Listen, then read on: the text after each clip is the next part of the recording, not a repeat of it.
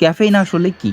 Caffeine হলো একটি প্রাকৃতিক উদ্দীপক অর্থাৎ স্টিমুল্যান্ট। কফি বিন, চা পাতা, কোকো প্রভৃতিতে পাওয়া যায়। এটি মস্তিষ্কের ওপর সবচেয়ে বেশি কাজ করে। আমাদের মস্তিষ্কে অ্যাডিনোসিস তৈরি হয়। সারাদিন কাজ করার পর মস্তিষ্কে অ্যাডিনোসিস নামক রাসায়নিক জমে। আর এই অ্যাডিনোসিস রিসেপ্টরের সাথে বেঁধে ঘুমের অনুভূতি তৈরি করে, শরীরকে বিশ্রাম নিতে বলে। ক্যাফেইন অ্যাডিনোসিসকে ব্লক করে। ক্যাফেইন দেখতে অ্যাডিনোসিসের মতোই, তাই সে রিসেপ্টরে গিয়ে বসে পড়ে এবং আসল অ্যাডিনোসিসকে ঢুকতে দেয় না, ফলে ঘুমের সিগন্যাল বন্ধ হয়ে যায়। অ্যাড্রিনালিন ও ডোপামিন বাড়ায়।